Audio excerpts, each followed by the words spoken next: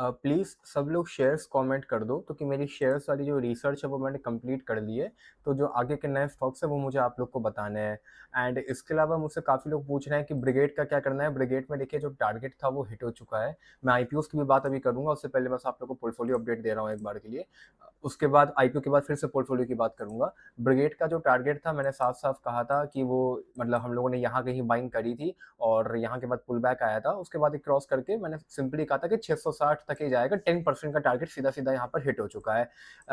Further अगर यहाँ से कोई मूव आता है ऊपर की तरफ, तो जो अगला टारगेट है वो थोड़ा लंबा है, वो ₹800 के आसपास का जाएगा। मतलब 660 से सीधा ₹800 का मोटा-मोटा। अगेन अगर कोई करंट पे भी कोई अगर बाय करना चाहता है, तो वो यहाँ पे बाय करेगा, तो 10% का टारगेट ऊपर की तरफ यहाँ से खुल जाएगा। किसी ने नीचे से जो लेके बैठे, जैसे कि मैं या आप में से कोई, तो उनके प्रॉफिट बुक करना चाहो बुक कर सकते हो, होल्ड करना चाहो होल्ड करो, ये आपकी चॉइस है। इसमें मैं कुछ कमेंट यहाँ पर नहीं करने वाला हूँ। हाँ, बस ये बता दूँ कि जो अगेन जो अब यहाँ से जो ऊपर का जो मैं टारगेट दे रहा हूँ ₹800 के आसपास का, वो इमीडिएट हिट नहीं हो जाएगा। इसमें भी टाइम लगेगा, क्योंकि अभी तो 660 पे ही रेजिस्टेंस है। तो आज ही 660 पे एग्जैक्ट यहाँ पर क्लोजिंग दी है। 660 पे क्या है, 670-72 के आसपास का है। तो प्रॉफिट बुक करना चाहो बुक कर लो, एसएल लगाना है एसएल लगा लो, अपने हिसाब से ऊपर नीचे कहीं पे भी।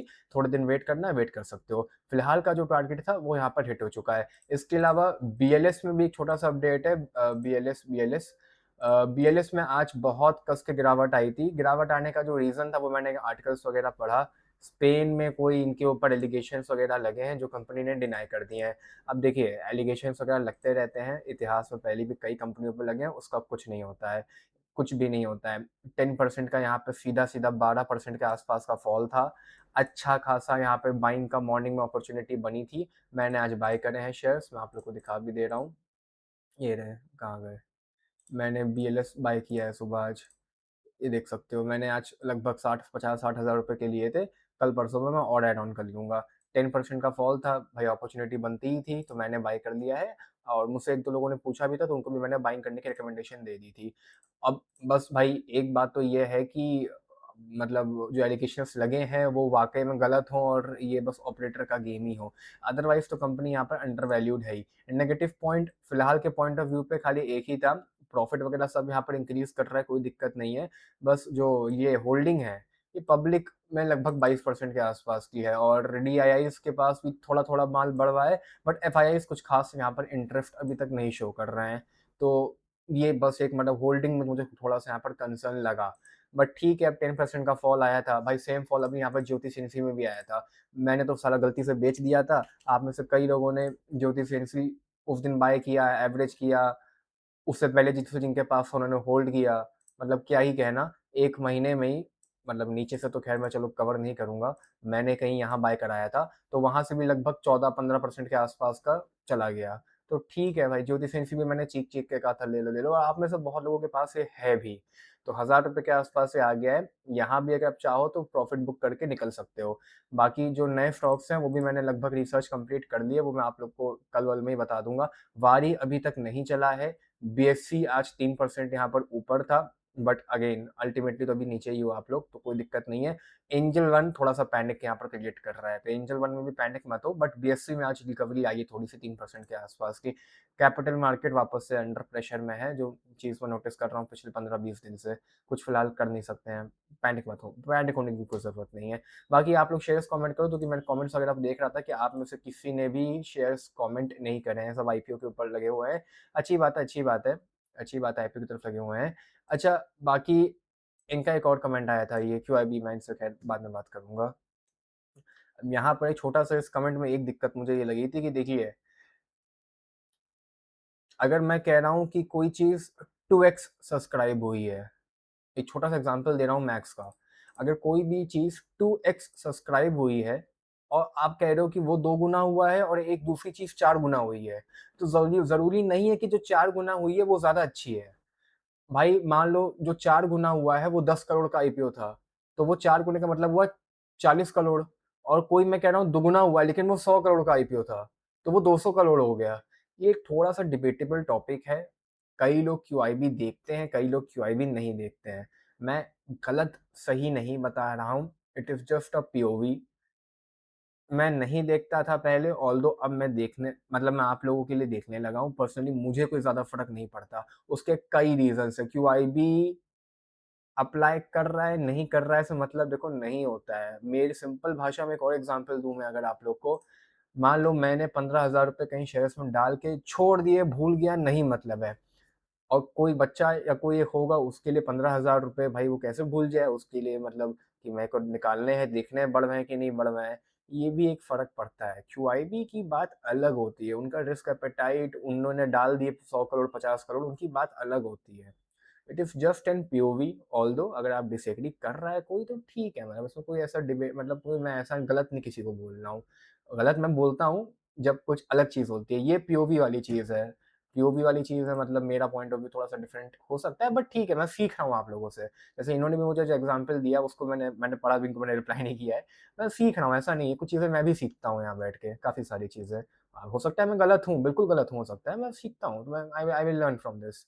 एनीवेज़ अब बात करते हैं हम लोग यहाँ पे 2-4 आईपीओज़ के बारे में। ललिता के बारे में क्या करना है वो मैंने कल आप लोग को बता दिया था, बाय-बाय करने की ज़रूरत नहीं है और आज भी आईपीओ की लिस्टिंग के बाद से तकरीबन 6-7% के आस-पास यहाँ पर फॉल ही देखने को मिला था। कल वाली वीडियो चेकआउट कर लो कि जिनको भी यहाँ पर आईपीओ मिला था कि क्या करना है, क्या नहीं करना है।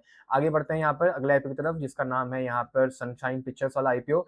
कल मैंने कवर किया था, मैं कोई यहाँ पे फालतू में ज़्यादा कवर नहीं करूँगा। जीएमपी में लगातार फॉल देखने को मिल रहा है, 18% से जीएमपी घट के लगभग यहाँ पर आ चुकी है 15% के आस-पास। अच्छा बारिश होने लग गई। कोई बात नहीं, मैंने कल भी कहा था देखो इसको as a micro cap treat करो।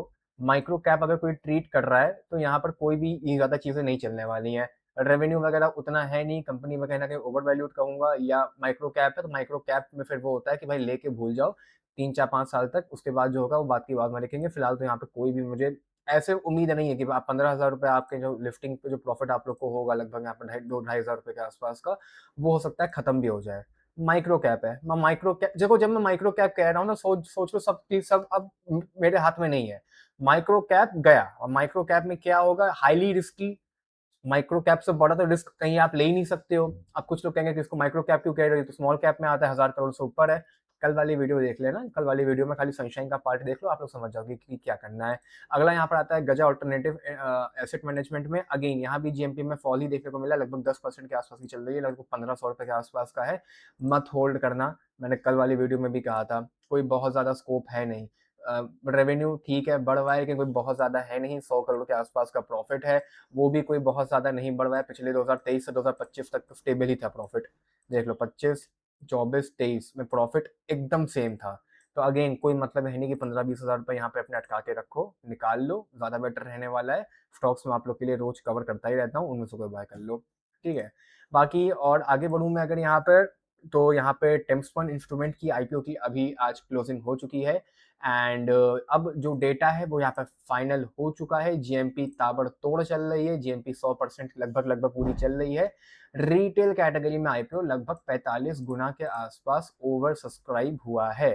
45 गुना का मतलब हो जाता है कि हर 45 में से एक आदमी को ये आईपीओ मिलने वाला है, मतलब कि 2% की चांसेस है आईपीओ मिलने के और ना मिलने के वही 98% की चांसेस निकल के आती हैं।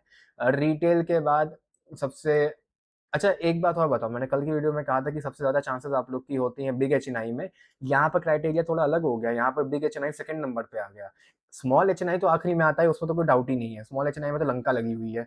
मतलब किसी ने अगर 2 लाख रुपए से ज़्यादा की एप्लीकेशन लगाई है स्मॉल एचएनआई में, मतलब 2 लाख रुपए की एप्लीकेशन लगाई है, तो मतलब आप लोग की जो चांसेस हैं वो 0.4% है मिलने के और 99.6% है कि आपके आईपीओ आप लोग को बिल्कुल नहीं मिलने वाला।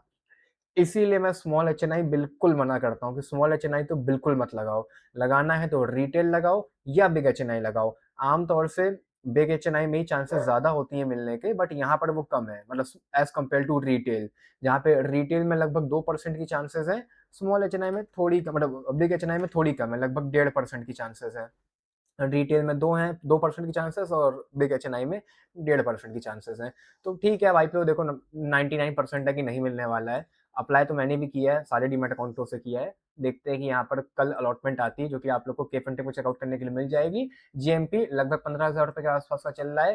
होल्ड करना है, नहीं करना है, वो मैं आप लोग को यहाँ पर कल बताऊँगा, कल वाली वीडियो में कि जब अलॉटमेंट यहाँ पर आ जाएगी, तो ये क्या करना है, क्या नहीं करना है। ठीक है, इसके बाद फिलहाल आगे बढ़ते हैं यहाँ पर। एगमाउंट का आईपीओ भी मैंने आज अप्लाई कर दिया है। एगमाउंट का भी आईपीओ प्लीज अप्लाई करो। मैं रोज बोल रहा हूँ आप लोगों को कि ये आप लोग आईजीआई का जो आईपीओ आया था, आईजीआई सेम कंपनी यहाँ पर काम करती है, बहुत बढ़िया है। आराम से एगमाउंट का आईपीओ में अप्लाई करो, 50% का यहाँ पर प्रॉफिट आप लोग को हो सकता है। जो जेएमपी चल ही रहा है और इसके बाद भी हम लोग ट्राई करेंगे होल्ड करने का ही। आईजीआई का भी लिफ्टिंग के बाद से चला ही था, एगमाउंट का भी, ऑल तो मैं वो बताऊंगा बाद में कि क्या करना है क्या नहीं करना है, बट आप लोग अप्लाई करो। आज तक का जो डेटा है वो कुछ इस तरीके का है कि रिटेल कैटेगरी में लगभग 11-12 गुना के आसपास हुआ है। तो अभी तो लगभग 8 या 9% की चांसेस है मिलने के रिटेल कैटेगरी में, बट ओवर सब्सक्राइब हो ही चुका है। ठीक है, तो सिंपली आप लोग यहाँ पर अप्लाई कर देना रिटेल में या बिग एचएनआई में। अच्छा, कल एक कमेंट आया था मेरे पास कि क्या कहते हैं, बिग एचएनआई में आईपीओ अप्लाई कैसे करें और सही रहता है कि नहीं रहता है। देखो, रिटेल और स्मॉल एचएनआई में तो आईपीओ आप लोग अपनी डीमैट अकाउंट और यूपीआई से अप्लाई कर सकते हो। बिग एचएनआई में अगर आईपीओ अप्लाई करना है तो नेट बैंकिंग वेबसाइट पे जाके, क्रोम पे जाके नेट बैंकिंग लॉगिन करो। नेट बैंकिंग जब लॉगिन करोगे तो वहां पर अपना डीमैट अकाउंट आपको जोड़ना पड़ेगा। मतलब डीमैट अकाउंट का जो नंबर होता है 16 डिजिट का, आप जो सा भी डीमैट अकाउंट यूज कर रहे हो वो वहां पे जोड़ो और नेट बैंकिंग के अंदर से अप्लाई करोगे। उसमें डीमैट कहीं नहीं यूज होगा, उसमें नेट बैंकिंग के अंदर से अप्लाई होगा। सेफ रहता है कि नहीं रहता है? बिल्कुल रहता है भाई, क्यों नहीं रहता है। आप कैटेगरी चेंज कर रहे हो, अगर आप रिटेल में अप्लाई कर रहे हो तो भी एचएनआई में भी अप्लाई कर सकते हो। चांसेस आप लोग देख लो, कैटेगरी आपको डिसाइड करनी है बस, खत्म, और थोड़ी कुछ है इसके अलावा। सेफ क्यों नहीं रहता है? सेफ तो रहता ही है, ऑब्वियस सी बात है। अब सेफ नहीं है तो सेफ तो फिर रिटेल भी नहीं है ऐसे। रिस्क तो जितना रिटेल में है उतना ही उसमें, अमाउंट का तो फर्क है खाली, वो आपको डिसाइड करना है। बाकी इसके बाद स्काई एयरवेज ये वाला आईपीओ भी आज ओपन मार्केट में हो चुका है। डेटा में भी आप लोग को यहाँ पर कोई नहीं दिखाऊंगा क्योंकि डेटा देखने का कोई मतलब यहाँ पर है नहीं, बट आईपीओ ओवर सब्सक्राइब हो चुका है। रिटेल कैटेगरी में अप्लाई कर सकते हो होपफुली। जीएमपी लगभग 23% का चल रहा है, बेहतरीन चल रहा है। हाईटेक के आईपीओ को आखिरी में रखना, बिल्कुल, मैंने कल भी कहा था। ऑल दो ऑल दो जीएमपी लगभग आज बढ़ के 50% के आसपास आ चुका है, लेकिन ये आईपीओ बहुत छोटा है, 136 करोड़ का आईपीओ, तो ये आईपीओ ओवर सब्सक्राइब बहुत ज्यादा हो जाएगा, इसलिए मैंने आखिरी में रखने को बोला है। और इसके अलावा सिम्बियोटिक डिसेंट आईपीओ है, बड़ा आईपीओ है, इसकी भी जीएमपी देखोगे तो लगभग 40% के आसपास का चल रहा है। नंबर एगमाउंट में अप्लाई करना ही करना है, ये भी आईपीओ भी डिसेंट है। एगमाउंट के बाद सिम्बियोटिक में अप्लाई करो, सिम्बियोटिक के बाद देखो, सिम्बियोटिक के बाद सेंसिबल तो बनता है कि स्काईवेज में अप्लाई करो, बट स्काईवेज के जीएमपी में और हाईटेक के जीएमपी में थोड़ा अंतर है। ये चल रहा है 20% का, हाईटेक का चल रहा है 50% का, लेकिन हाईटेक में चांसेस बहुत कम है मिलने के। हाईटेक को आखिरी में रखो, स्काई को ऊपर रखो एज कम्पेयर टू हाईटेक। ठीक है, तो इसी कैटेगरी में, इसी ऑर्डर में आप लोग अप्लाई कर सकते हो। तो ये मोटा मोटा बात फिर से हो गई यहाँ पर सारे आईपीओ के बारे में। एंड शेयर्स के बारे में जैसा कि मैंने बोला कि मैं क्या बताऊं आप लोग को, शेयर्स आप लोग कमेंट कर दो। मेरी रिसर्च लगभग कंप्लीट हो चुकी है, मैं कल फिर वीडियो अपलोड कर दूंगा शेयर्स वाली। एंड उसके बाद जो भी चीज़ हो रहेंगी वो आप लोग के सामने मैं बता दूंगा। ग्लेनमार्क मैंने थोड़े दिन पहले भी कहा था, ग्लेनमार्क फिर से अगर आप देखोगे यहाँ पर तो लगभग लगभग 2400 रुपये के आसपास चल जा चुका है। मैंने थोड़े दिन पहले भी ग्लेनमार्क कवर किया था कि अब किसी ने लिया है कि नहीं लिया है मुझे वो भी बता सकते हो। काफ़ी सारे स्टॉक्स में कुछ खिला, मतलब काफ़ी सारे नहीं है, 6-7 स्टॉक्स हैं, तो रीज़न वगैरह मैं आप लोग को बता दूंगा। बाकी रेडिको वगैरह को भी मैं ऐसे ही वॉच कर रहा था, रेडिको वगैरह भी बढ़िया ही परफॉर्म कर रहा है, मतलब लगभग ठीक ठाक लेवल्स पे ही आ गया, 4700 रुपीज़ के आसपास ट्रेड कर रहा है। ठीक है, तो चलो आप बाकी आप लोग कमेंट करो, मैं कल वीडियो बना के अपलोड करूंगा। आज की इस वाली वीडियो में इतना ही। कोई डाउट नीचे मुझसे पूछ लेना। तक bye, take care, love you all.